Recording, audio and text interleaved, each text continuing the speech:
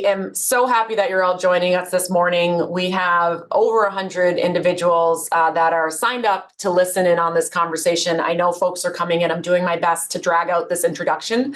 My name is Bekah Salwasser. I'm the Executive Director of the Red Sox Foundation.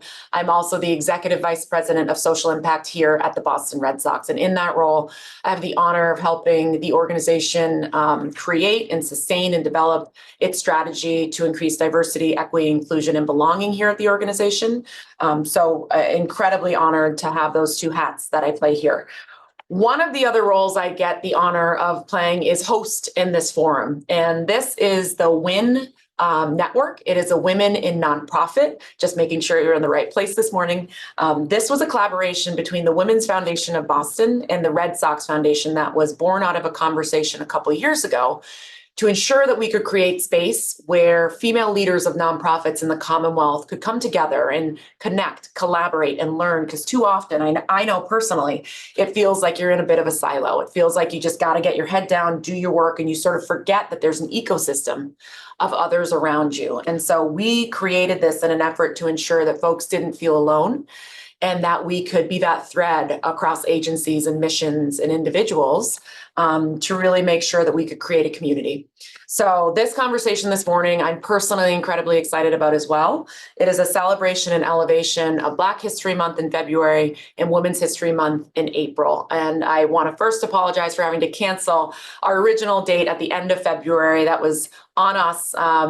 We had a scheduling mishap, but I appreciate everybody's flexibility in coming back today to join the conversation. So we have three amazing individuals here to share their expertise, their wisdom, their joy, their knowledge, their being with all of us. And I'm so grateful for their time because I know they're all incredibly busy. But before we get into that, I do want to share a little bit of housekeeping. First and foremost, you should note that this is a new format. We have never done the non-webinar format, and this change came because of you.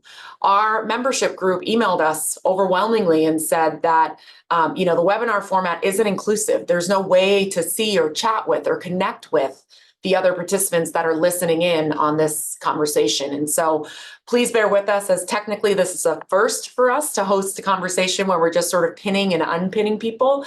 But what's amazing is you should be able to scroll over here and see all the faces, and in the participants section, see all the names of other folks that are listening in on the conversation. We encourage you to chat with each other. We encourage you to connect with each other. That is the point of WIN. And we hope that this format works very well for individuals, and it's something that we hope to continue. As always, we're recording this. We'll be able to send the recording out afterwards so folks can listen in. And you'll also see a Q&A box. We encourage individuals, again, to sort of underscore that connective tissue and the hope that we can be as collaborative as possible. Please ask questions throughout this conversation. We want to hear from you. We want this to be as informative and helpful as possible. So please use the Q&A box as you can throughout the conversation. And we promise to check in and try to get the answers back to you. So with that, I would like to recognize and honor the individuals that make the WIN network possible, which is our two sponsors, Bank of America and Nutter, McClellan and Fish. The first sponsor, Bank of America, we have Stephanie Wazorek here today to say a few words on behalf of Bank of America. And we're so grateful for you and Aaron's support, consistent support over the years, and for your presence here today. So Stephanie, over to you. Awesome. Thank you. Thank you, Bekah, and thank you to the team at the Red Sox Foundation. As Bekah mentioned, I'm Stephanie Wazorek, and I am part of the team at Bank of America that delivers the bank locally for clients, communities, and employees. And as always, we are so excited to be with you today to celebrate Black History Month and Women's History Month, which quite frankly just should be year-round every month. So I don't know why we have to designate 1 month, just should keep going. But we are thrilled, as always, to be here kicking off 2024, partnering with the Red Sox Foundation and WIN to help support and convene these conversations. We've made some great strides, but there is still work to be done. And that's why these conversations and these events are so important, both locally and nationally, to what the bank does. I am thrilled to be here today. Thank you for having me. Thank you all for being here, and certainly looking forward to the conversation today. So Bekah, back over to you. Thank you so much, Stephanie. So now we're going to shift gears and get right into the conversation, which I know is why everyone's here this morning, forgive me. With us, we have three amazing friends and colleagues and individuals that I look up to for the work that they've done and the commitment they've made to our communities. Chandra, Lisa, and Beth, thank you so much for joining us this morning. As I mentioned, I'd love you each to go through and sort of share your title, your over the sort of work that you do day in and day out at your organization, and of course your organizational mission and name. So Chandra, why don't we start with you? Thank you, Becca. Thank you so much for the invitation to serve on this panel. My name is Chandra Clark. I am the president of the Corey C. Griffin Foundation, and my role entails advancing and executing on every aspect of the mission and vision of our organization. We are proud to share that we've been in existence for 10 years. So 2024 marks our 10-year anniversary. We've been fortunate to impact the lives of over 20,000 children. We are a grant-making organization, so we partner with 8 organizations to provide annual grants and funding that align with our pillars of faith, education, health, and leadership and character development. Awesome. Thank you, Chandra. Lisa, why don't we jump to you?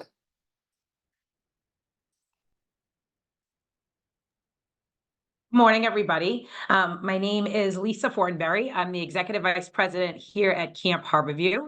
It's funny when we'll have an opportunity to talk a little bit about what we do and our organizations later. But when Becca asked, what is it that you're sort of responsible for your organization? I feel like really what I do every day is get bossed around by young people and their families. And I happily do that, I must say. To think about what they need, what they want, and how, as an organization, my team and our program can best support and meet those needs. So I'm happy to sort of report that I'm sort of proud to be bossed around and honored to be able to be a part of the work, and look forward to sharing a little bit more of what we do. Awesome. Thanks, Lisa. And Beth. And thanks for having me. So I'm Beth Chandler. I use the She Series, president and CEO of YW Boston, and I get bossed around by Lisa since Lisa's on our board. In addition to that, I think I do a little bit of everything. I think that's one of the things that I appreciate about the role, is that I get to do a little bit of fundraising. I get to do a little bit of programming and program delivery. I get to do panels like this. So get to do a little bit of everything, which I enjoy. Amazing. Thank you so much, Beth. So now we're going to jump right into the panel questions, and similar sort of question, but I'd love it to take a little bit more of a personal approach to the answer, in that, what drew you to the mission of each one of the organizations for which you work? Why are you doing this work at each one of your organizations? So again, Chandra, I'd love to start with you. I am doing this work because I represent the kids that we serve. I think most of us in nonprofit, we go into this work because we have some type of personal story that brought us to focus on mission-driven work. I really believe that my career chose me. I didn't choose it. And I am with the Corey C. Griffin Foundation because it embodies the perfect alignment of my personal pain meeting my professional and personal purpose. Great. Thank you so much. And we'll go the same order. Lisa, if you don't mind, next, and then Beth. Sure. Similar to Chandra, I can definitely relate. I think a lot of the work, I always knew at an early age that I wanted to be involved with working with young people, particularly Black and Brown folks. I grew up on Cape Cod. I was definitely sort of, didn't fit in all the time. And I think similar to what Chandra shared around my personal experiences really sort of drove my desire to be involved in a way that I felt like I would have benefited from when I was younger. I knew that working closely sort of in community, making sure that I was in a position to be able to allow folks to empower themselves and move sort of the needle for themselves was something that felt critically important to me. And I was fortunate enough to be able to come across Camp Harborview, where it sort of merged not only the desire to sort of, I think if you can't get the vibe from me in the first 5 minutes, to have fun. I have the ability to do that and hang out with 8th graders and 9th graders and play and swim and do all that cool stuff in the summer. But then I also have the opportunity to work really closely on thinking about what's next for them in terms of their post-secondary plans. What do they want for themselves? Where do they see themselves? Thinking about what are their social emotional needs, and working closely with, a clinical team that helps support the mental health and well-being of our young people. And then ultimately now sort of pivoting as an organization to a place where we're really focused after the pandemic and all the learnings that we all have on this call as sort of family members and folks in organizations and community members that saw the disadvantages, particularly for communities of color, coming into and out of the pandemic. Those things were very real before the pandemic. They are still very real for those communities now. And I think the opportunity as an organization for me as a leader to invest in the adults in the young people's lives that we serve, to give sort of trust-based opportunities to them to make decisions about their personal and familial well-being, really fuels me. And so I'm so honored to be able to sort of do that work in a place that I love, with a staff team that's amazing and deeply dedicated, and what I would like to say, some of the most amazing young people and families of color in the city that we have to offer. So there's really nothing I would complain about when it comes to the work of Camp Harborview and what I'm able to do every day. And my hope is that, not only sort of continue with this organization, but that my work will sort of always be in this space for as long as I'm able to continue to contribute. Amazing. Beth. So I work for YW Boston. Our mission is to eliminate racism, empower women, and promote peace, justice, freedom, and dignity for all. So I think given my lived experience as a Black woman who also identifies as part of the LGBTQ community, I have certainly been in environments that were not inclusive. So working for an organization who is trying to make it better for others really resonates with me. I also have 2 kids we live in Boston. And so I like to think that I go to work every day, making Boston a better place for them as they get older and become adults. The work that we do really does focus at the intersection of race and gender. And our approach to the work is there's nothing wrong with the people.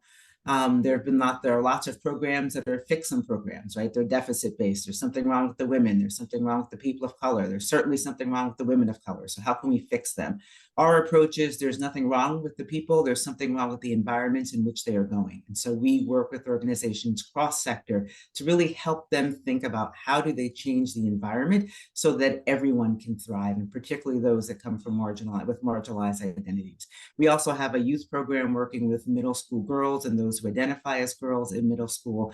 And that's important to us because many of the women we talk to who are leaders now say that it was in part because they were able to be leaders when they were younger. And so this program provides a lot of things, but I think one of the most crucial things is it gives them a voice and has them recognize the agency that they have as young women, and particularly young women of color, gender expansive youth of color, to be able to make a difference in their school communities. And that was something that I was fortunate to have growing up.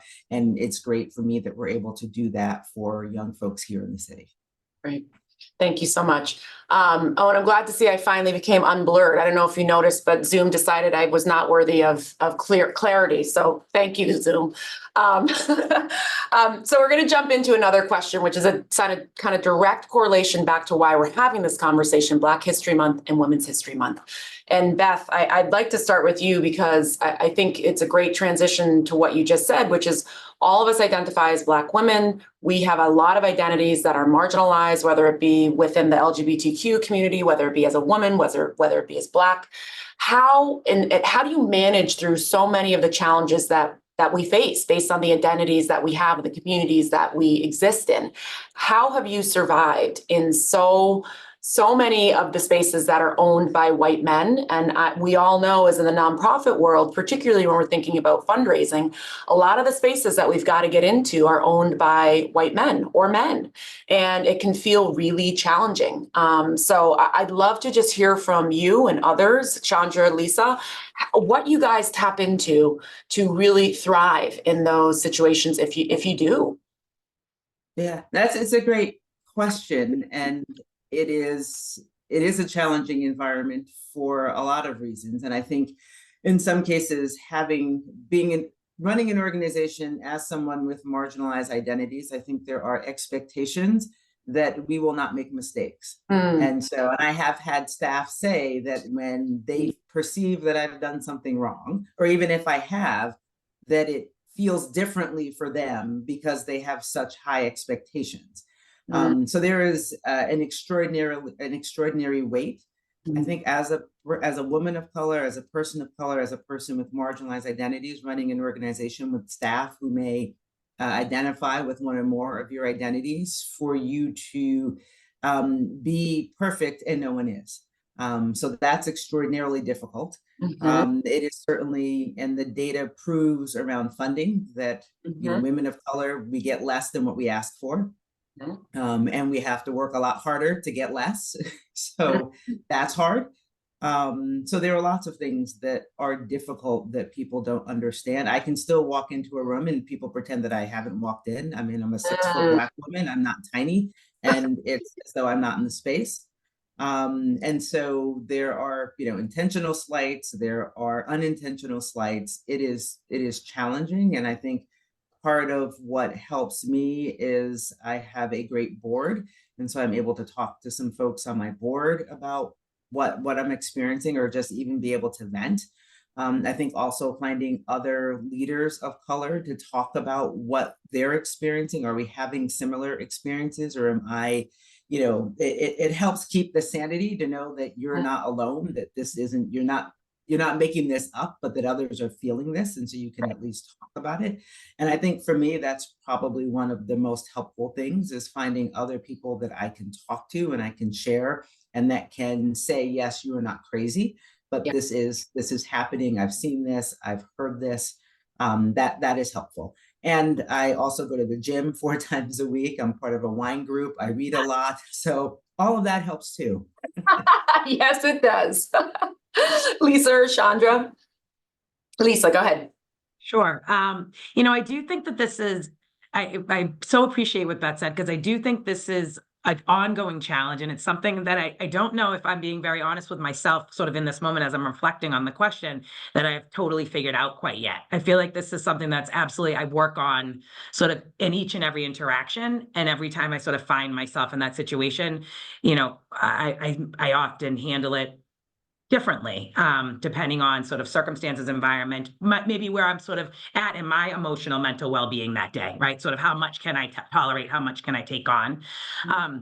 I would agree that sort of having a village of support, folks that I can talk to, folks that I deeply respect in the space, that I feel like I can be authentically myself and honest about the challenges that I'm experiencing with, is incredibly valuable to me. And I'm so grateful that I have a circle of amazing, strong Black women, professionally and personally, that serve that role for me in my life, which is fantastic. I also think, I recently was able to participate in an experience where we did a tremendous amount of professional development. And one of the things that really stuck with me out of one of the sessions that we had is we were talking about authenticity and sort of how to show up authentically yourself, and the desire that we all often have to sort of be and show up as Lisa, as who I am. And the woman said something, and it really has resonated. And I've been thinking a lot and reflecting about it, around authenticity being on a spectrum. And I thought, what an interesting way to consider and think about sort of how you show up in a space. And she was sort of explaining how at home on Sunday dinner, she's authentically sort of Lisa, I guess, at a 10, right? She might be sort of using language or saying things. She might be dancing and having a good time. She might be talking about things, and in any other setting, she would not find herself speaking in. And then she was saying, yet when I'm in a boardroom, I might be authentically sort of on that spectrum at a 5. And I thought, is that comfortable for me? Is that something that sort of feels okay? At what point do you start to feel like you're moving into conceding or sort of compromising on who you are? And I sort of asked that, and I said, 5, that seems, so not sort of centered or authentic to who I am if I show up at a 5. And she said, the decision is yours, and it's deeply personal, hence why it's on a spectrum.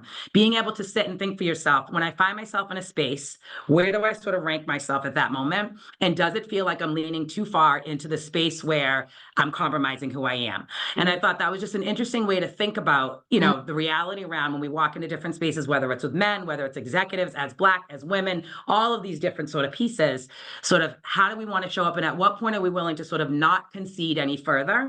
And what does that look like? And being comfortable with understanding what that is for yourself as an individual, and really processing and working through that, and being, I guess, very much aware of that when you find yourselves in those circumstances. So I just share that as a reflection point, and something that was shared with me that I think was helpful when I think about moments where I am in the spaces and I'm not maybe exactly where I need or want to be. And then sort of how far or how not am I sort of leaning to or fro that feeling of compromise, and what feels comfortable and authentic to who I am. Yeah, that's a beautiful way to summarize a conversation our team actually had after a training we did, where we learned a bit about work styles and what we bring to the workspace, and how authentic you can bring yourself. And that spectrum is a great way to think about it, because you're right. I would only add that as someone that is, I went to a private school that was mainly white my entire life. I went to an Ivy League school. So I've been operating in spaces for years that are mostly white. I do think there's also the challenge to that, living on that spectrum, is, to your point, like, you forget who you are at sometimes too. You have to like intentionally build you up outside of when you have to act as a 4 or a 5 or a 6. You have to build that up on the other side. At least I have found, to not lose yourself on that spectrum, if that makes sense. Chandra, go ahead. Yeah, Bekah, I love what you said, because I think my perspective is a little bit different in the fact that I'm not a Boston native. So I'm going on 4 years in Boston. So there's this aspect of my career where, yes, I'm used to the microaggressions, walking into a room, like Beth said, being ignored. But then it's also the personal aspect of having to reinvent myself in a new city. That, for me, I'm a Southern girl. So the climate in Boston, respectfully to Boston natives and not to offend anyone, feels like when I was 6 years old in Louisiana in segregation sometimes. So the challenge for me is myself.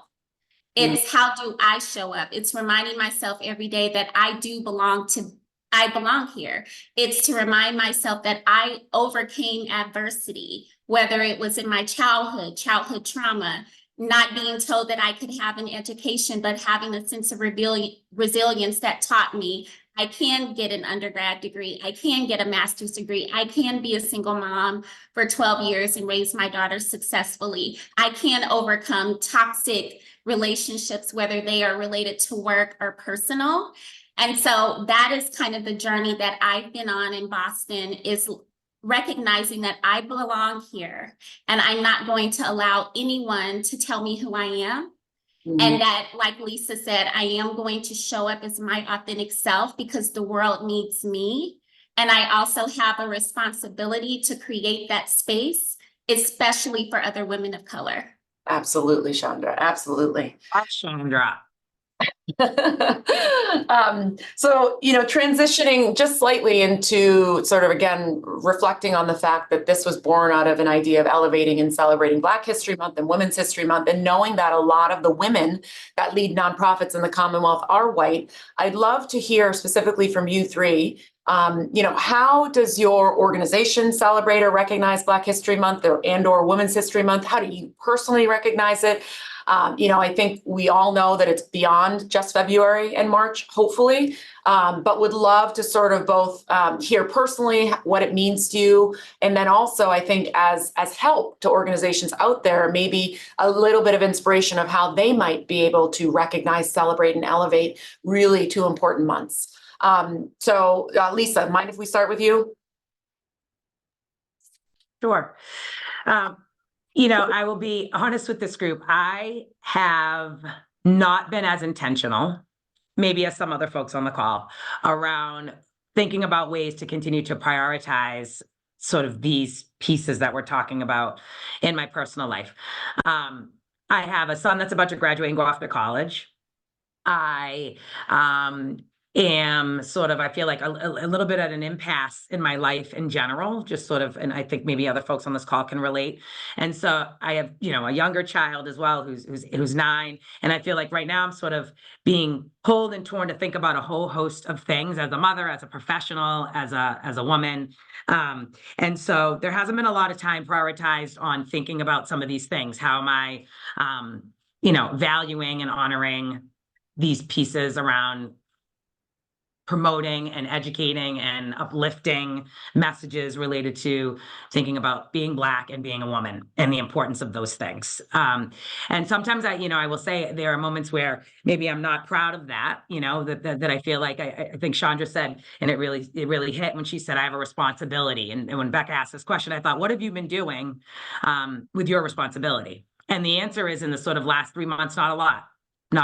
And I think I have to be okay with that, because we can't be everything all the time. That's not easy though. And I think it's easy to feel a sense of judgment when you're not often focused on or always sort of putting that at the forefront of everything you're doing. The last thing I will say is that by virtue of the work I'm fortunate enough to do every day, I am always inspired and have the opportunity to see sort of an example of what the future looks like in front of me. And that is one of the most bright and exceptional futures when I think about the young Black and Brown leaders that I get to interact with every day, who often sort of pick me up when I'm down or remind me that there is hope and faith, and remind me that the future leaders are going to take this place to the places we've all hopefully wanted it to be for a very long time.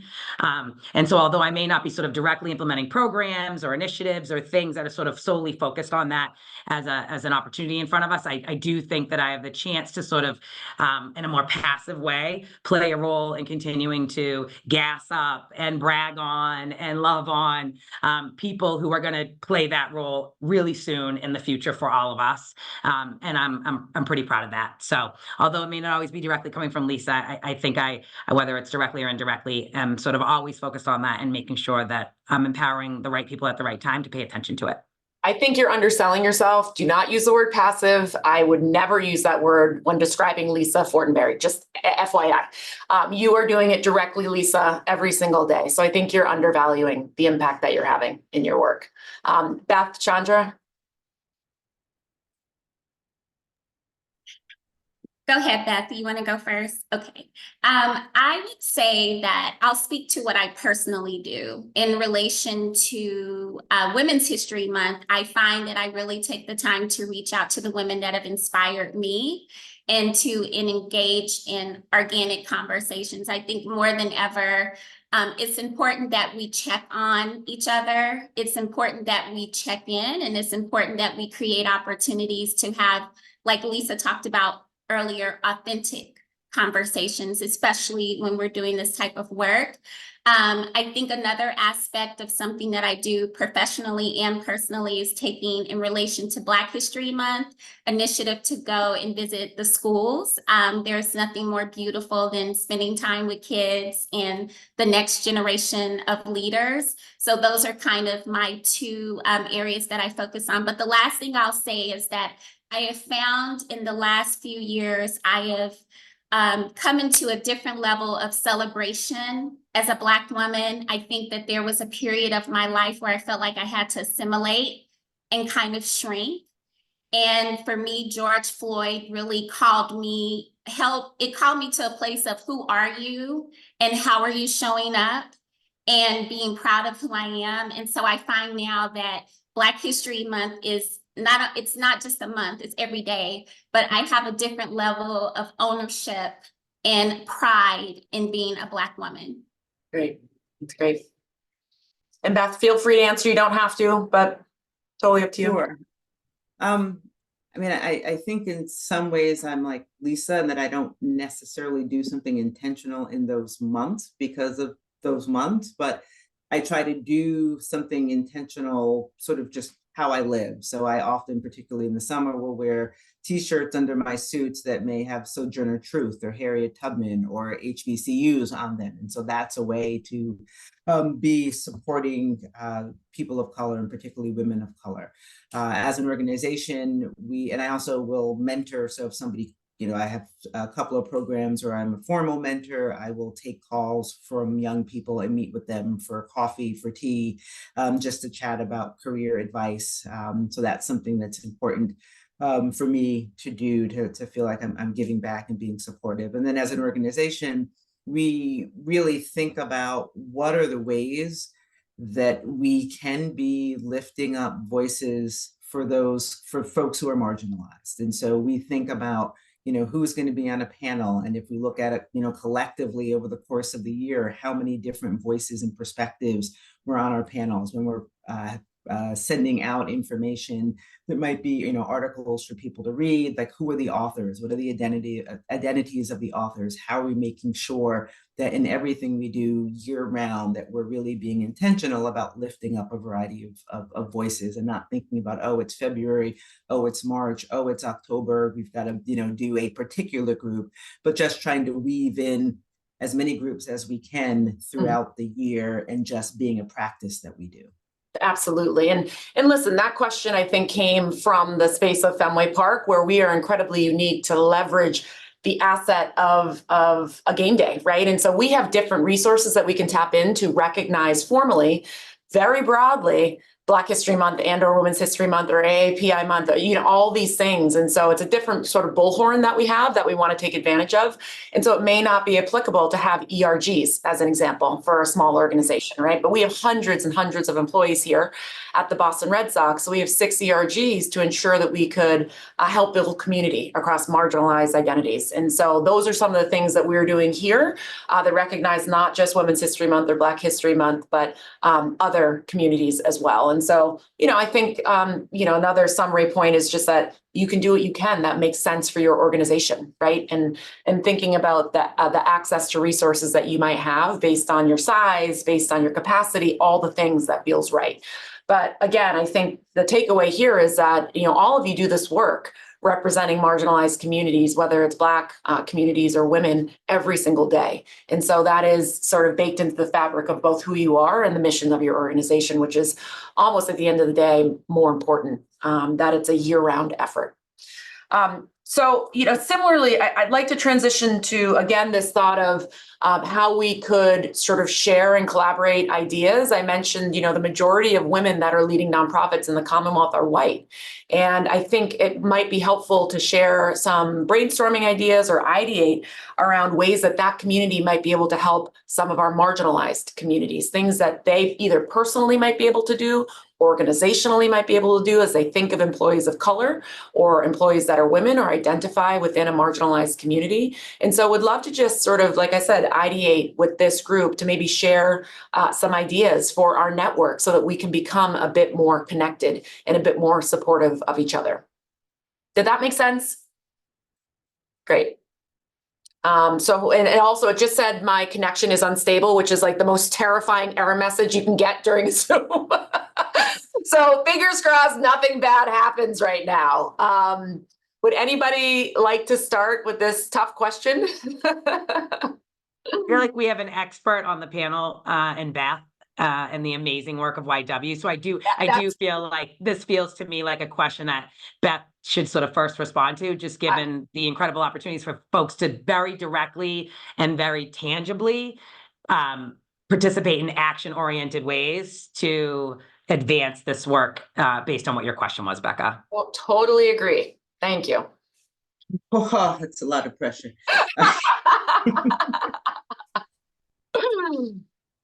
So let me make sure I understand the question. It's thinking about how can we build allies. Yeah. Be allies. So yeah, I mean, I think there are a variety of ways to think about approaching the question. I think one could be, are there ways that you can partner with another organization? Oftentimes, we may be doing similar work or trying to serve similar populations, but bringing different approaches. So does it make sense to think about how you might be able to collaborate?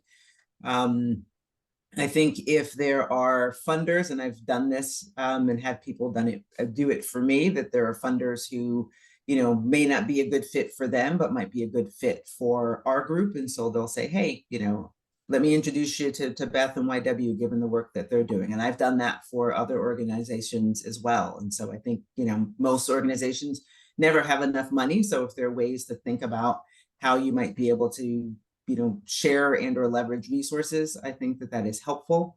We also do something which started now called Stand Against Racism. And so on our website, anybody can go and sign up. It's free, and you can have your own journey in learning more about issues related to equity.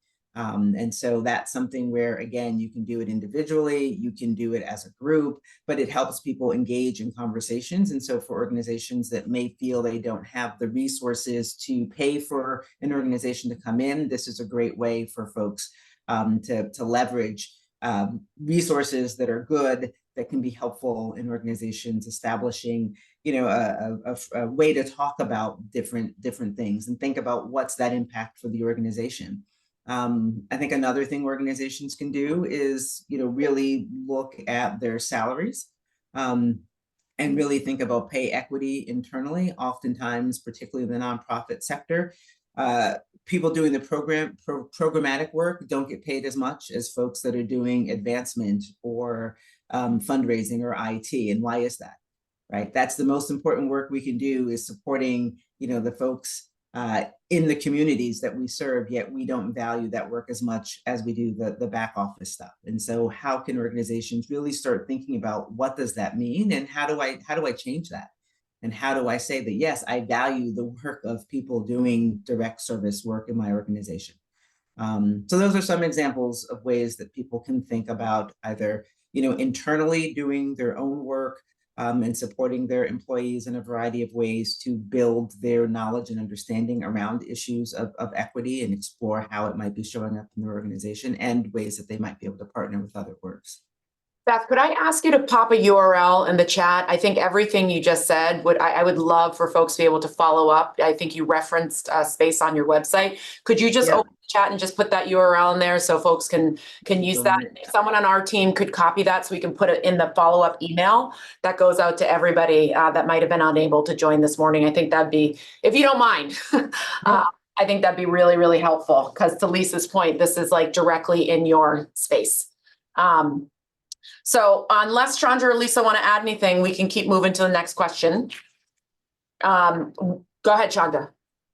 I think the one thing that I'd like to add is that we all have a sense of responsibility. So it also goes back at the core of that human element, right?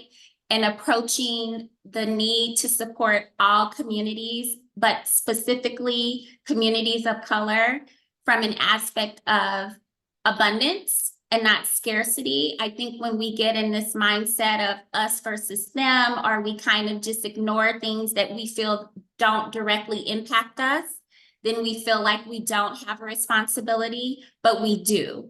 And so, Bekah, just to, answer your question, I think for those who may be non-minorities, but have more access to resources, or want to do more to support, it's really having that also honest conversation with yourself about what role you're playing. Yep, absolutely. And so I'd love to close with this question. And the reason why I brought this in as a question was because I think too often we forget that we're actually people.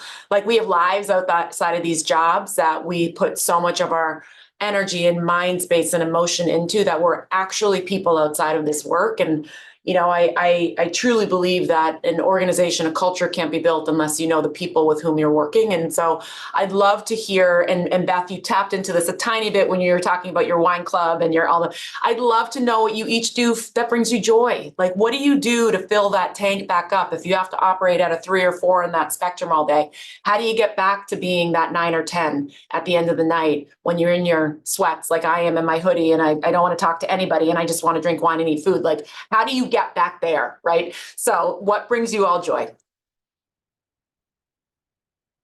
Lisa, let's start with you. Thanks, Beth.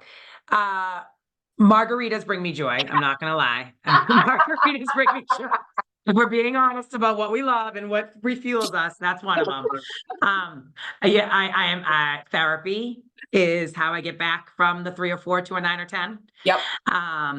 I also am an avid massage person. I take Yes, care of my physical. I'm an avid massage person. You can count on that. Obviously, I think like many of us enjoy spending time with friends and family. I'm a girl's girl all the way. So although I love my husband and my 2 sons, anytime I can be away from the male presence and with my girlfriends, I'm taking it. So that's definitely a way that I refuel. And then I think what Chandra said also rings true for me as well, which is sort of like having honest conversations just about anything that's sort of on my heart and on my mind, is sort of what keeps me going. I feel like when I can show up as Lisa, as I said before, that's when I'm at my best. And so I try to create spaces and have relationships that allow me to do that. Excellent. Thank you. Beth, there's Sean. Beth, go ahead. Hello. I mean, one of the things for me is hearing the impact of the work. So I love to hear the stories. I love to hear what the girls are doing in the fire program. I love to hear organizations that have gone through Inclusion Boston and the impact that that's had on them. So that brings me joy. That gets me excited and helps me when days are rough to think about, why I do the work that I do. I also really have, and this has been for a few years now, have tried to be able to compartmentalize, like when work is done, then work is done, right? Because there are so many, so many people will try to put you down for whatever reason. There's no reason I should participate in doing that for myself, right? So I try to ignore the noise as best I can, because I can control that, right? I can control what I listen to and how I let it impact me. I can't control what people say or don't say, but I can control what I hear and how I respond to it. And so really trying to take the ownership that I have and the power that I have not to let stuff get to me. And then certainly, the wine, the reading, the Netflix, all that stuff is helpful as well. Favorite show, Beth? I gotta know, what's the show you're watching on Netflix right now? Well, actually, I'm watching the Patriots thing on Apple right now. Oh, I'm fascinated by that. yeah, okay, let's go. Love it. Chandra. So I have a few things. I love to travel. I love art. So if I'm traveling, I love to check out a different museum in the cities that I go to. I love nature. I'm big on just inner healing. So spending time in nature with greenery is really good. But I also love to put on like a 90s playlist, 90s R&B, and just dance, have a dance party, shaking my butt in my house. And just, enjoying that part because I feel like the music was the best in that time period. And then I love wine and just really good conversations with loved ones. It just brings me joy. Wonderful. Well, I think I know we might be sending each of you as a follow-up thank you after this this conversation. So again, honestly, you three have imparted a ton of knowledge on me personally. I know I can speak for those that were able to join us this morning. Thank you so much for your time. You each are incredibly busy, personally, professionally, with all that you do. I truly appreciate you building this community, stepping up and just being here and representing the work that you do, which clearly is having such an impact in our community. So thank you all. I'll transition now over to thanking our other sponsor from Nutter, McClellan and Fish. I'd love to welcome Melissa. And we are entering into the second year of partnership with Nutter, and we couldn't be more proud to call them a partner with this WIN network and wouldn't be here without them. Melissa is the co-chair of Nonprofit and Social Impact Practice Group and chair of the tax department. And more than that, she's a good colleague and friend of ours here at the Red Sox Foundation, has been supporting the WIN network for stepping into the second year, hopefully now. So Melissa, thank you so much for being here. Oh, and you're on mute, unfortunately. There you go. I was just like, can everyone hear me? No, they cannot. Thank you, Bekah, and thank you to all of the amazing panelists for this informative, inspiring discussion. I must say that I could relate to a good amount of what was being said, and I also learned today. So I really appreciate that. And we are a very proud sponsor of the WIN network. I think what's the community and the network that's being created here is amazing. We're also proud to support Black History Month and Women's History Month. It's our belief that inclusion and equal opportunity are really central to excellence and innovation. And we are committed to being a law firm that reflects that mindset and reflects our community. So for the important piece of my talk, we will now announce the lucky winners of our raffle. 3 people will receive a new Red Sox Foundation item that I understand is hitting the shelves at the team store soon. Yes. A white Red Sox Foundation tee. There you go. And so I'll just have a little bit of a dramatic pause while you show the tee. Thank you. Yeah. Our 3 winners are Anne Gogol, Maya Gravatt, and Sarah Hamilton. So congratulations to all the winners, and really thank you again for coming and enhancing this fabulous network and this fabulous community.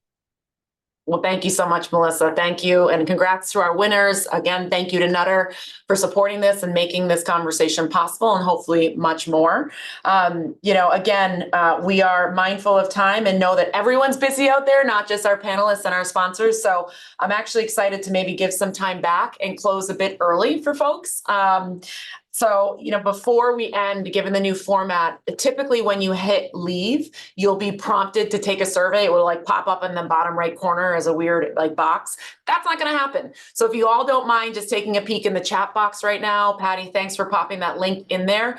That survey is incredibly important because that helps inform us as to what the next conversation should be. It helped inform us of this new format too. So any feedback that you'd like to provide us, please let us know. We'd love to sort of hear from you and implement any new strategies or systems or ideas so that this can be as helpful and as informative as possible for this group, because we're here to serve you. Again, I'd love to thank our sponsor from Bank of America, Stephanie, Aaron, thank you guys so much for the continued support. Our three panelists, Beth, Lisa, Chandra, you guys are amazing. Thank you so much for your time and your expertise and knowledge and wisdom that you dropped today. And of course, Nutter, Melissa, our friends over there, thank you so much for the support, and all of you. Happy Good Friday tomorrow for anybody that celebrates and recognizes. And I hope everybody has a great rest of the week. Take care, everyone. Thanks, everybody. Thank you. Take care, everyone.